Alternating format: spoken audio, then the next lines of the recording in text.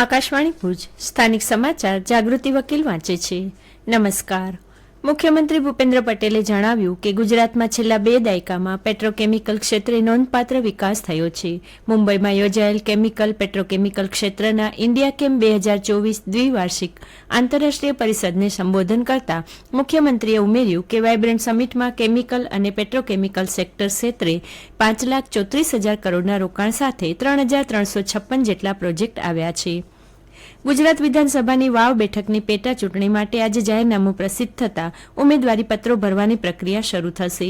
25મી October સુધી ઉમેદવારી નોંધાવી શકાશે, જ્યારે મતદાન 13મી નવેમ્બરે થશે. ઉલ્લેખનીય છે કે આ બેઠક પરના સભ્ય કોંગ્રેસના ગેનીબેન ઠાકોર લોકસભામાં ચૂંટાતા આ બેઠક ખાલી પડી છે. વર્ષ 2023-24ના ખેલ મહાકુંભ 2.0માં વિક્રમી સંખ્યામાં અંદાજે 66 લાખથી વધુ રમતવીરોએ નોંધણી કરાવી છે, જેમાં ચાલુ વર્ષે 39 જેટલી વિવિધ રમતોનું આયોજન કરાયું છે. ખેલ મહાકુંભના માધ્યમથી ગુજરાતના 16 ખેલાડીઓએ રાષ્ટ્રીય અને આંતરરાષ્ટ્રીય સ્તરે રાજ્યનું નામ રોશન કર્યું છે.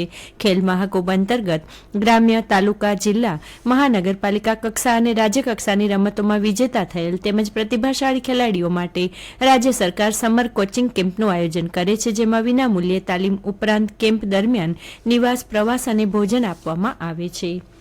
ધોરડો રણોત્સવ 2024-25 દરમિયાન હસ્તકળા સાથે સંકળાયેલ અને તે પ્રકારની વસ્તુઓનું પ્રદર્શન અને વેચાણ થાય તે માટે ક્રાફ્ટ સ્ટોલ તથા ખાણીપીણી માટે ફૂડ સ્ટોલ બજાર ટેન્ટ સિટી પાસે ઊભી કરવામાં આવનાર છે, જેમાં રસ ધરાવતા કારીગરોએ તે માટેના ફોર્મ જિલ્લા ગ્રામ વિકાસ એજન્સી ભુજની કચેરીમાં તારીખ 21 ઓક્ટોબર 2024 થી 11 નવેમ્બર 2024 સુધીમાં રૂબરૂ અથવા રજીસ્ટર આઈડીથી મોકલી આપવાનું રહેશે. આ માટે કોઈ માર્ગદર્શનની જરૂર હોય તો જિલ્લા ગ્રામ વિકાસ એજન્સીની કચેરી અથવા નંબર 9099956370 પર સંપર્ક કરી શકાશે તેમ સિનિયર જનરલ મેનેજર અને નિયામક જિલ્લા ગ્રામ વિકાસ એજન્સી ભુજ કચ્છ દ્વારા જણાવાયું છે. કચ્છમાં બન્ની પશુ ઉછેરક માલધારી સંગઠન દ્વારા હોડકોમાં સતત 16મી વખત બન્ની પશુ મેળાનું આયોજન કરાયું છે, જેનું ઉદ્ઘાટન આવતીકાલે સવારે 10 વાગે ધારાસભ્ય કેશુભાઈ પટેલના હસ્તે કરવામાં આવશે. આ પ્રસંગે અતિથિ વિશેષ તરીકે કચ્છ મોરબી સાંસદ વિનોદ ચાવડા અને અબડાસા વિસ્તારના ધારાસભ્ય પ્રદ્યુમનસિંહ જાડેજા રહેશે, જેનો લાભ લેવા પશુપાલકો અને જાહેર જનતાને આયોજકો દ્વારા આમંત્રણ પાઠવવામાં આવ્યું છે.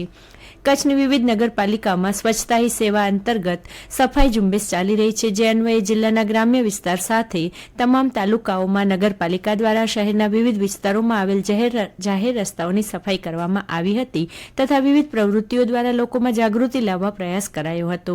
આ સાથે ભચાઉ તાલુકા પંચાયત ખાતે તલાટી અને સરપંચની રિફ્રેશર તાલીમ યોજાઈ હતી.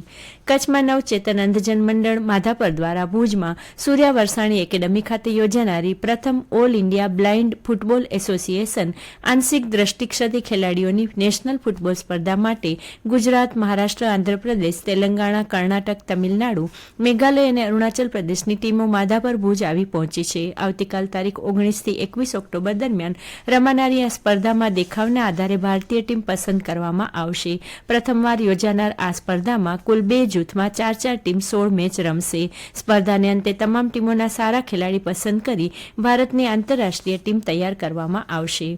ભચાઉ તાલુકાના આધોઈ ગામે સ્થાનિક વિશા ઓસવાળ મૂર્તિપૂજક જૈન સંઘ દ્વારા આગામી તારીખ 20મી ઓક્ટોબરે સાધુ સાધ્વીજી મહારાજના માવતરોને પોખવાનો અનેરો ઉત્સવ ઉજવવામાં આવશે. માત્ર ભારત દેશમાં વસવાટ કરતા જૈન સમાજમાં પ્રથમ વખત આ પ્રકારના ધાર્મિક કાર્યક્રમનું આયોજન થયું છે. આ માટે આધોઈ ખાતે 70 સાધુ સાધ્વીજી મહારાજના દેશમાં વસવાટ કરતા માતા પિતા વડીલોને જાણ કરવામાં આવી છે. જીન શાસન સંપત્તિના આધારે નહીં પણ રત્નકુશી માતા પિતાએ અર્પણ કરેલ સંતાનોને કારણે ચાલી રહ્યું છે. આ હિત શિક્ષાને અનુલક્ષીને કાર્યક્રમનું આયોજન કરાયું હોવાનું જાહેર કરાયું છે. અને આ સાથે આ સમાચાર બુલેટિન પૂરું થયું. નમસ્કાર.